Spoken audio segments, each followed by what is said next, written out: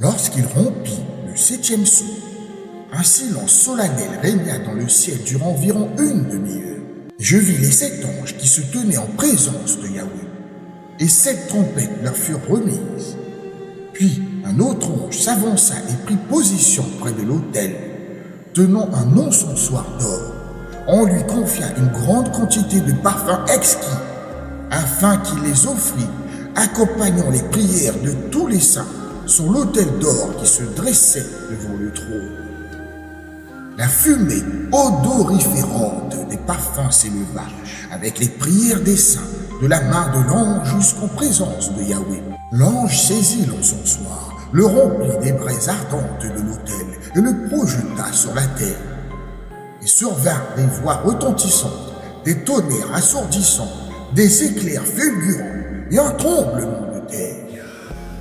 Alors les 7 anges qui tenaient les 7 trompettes se préparèrent à en sonner. Le premier ange fit retentir sa trompette, et se déchaînèrent de la grêle et du feu mêlé de sang, qui s'abattirent sur la terre, et le tiers de la terre fut consumé par les flammes. Le tiers des arbres fut calciné, et toute verdure fut réduite en cendres. Le second ange fit retentir sa trompette, et quelque chose d'imposant comme une montagne embrasée par un feu dévorant fut précipité dans la mer. Et le tiers des eaux marines se transforma en sang. Et le tiers des créatures qui peuplaient les mers et qui possédaient la vie périt. Et le tiers des navires sombra dans les abîmes. Le troisième ange fit résonner sa trompette. Il tomba du firmament une étoile gigantesque, ardente comme une torche flamboyante. Et elle s'abattit sur le tiers des fleuves et sur les sources jaillissantes. Le nom de cette étoile est absinthe.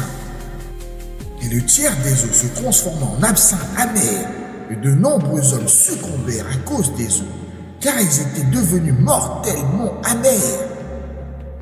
Le quatrième ange fit retentir sa trompette, et le tiers du soleil fut frappé d'obscurité, ainsi que le tiers de la lune et le tiers des étoiles, de sorte que le tiers de leur luminosité fut éclipsé et que le jour perdit un tiers de sa clarté et la nuit pareillement.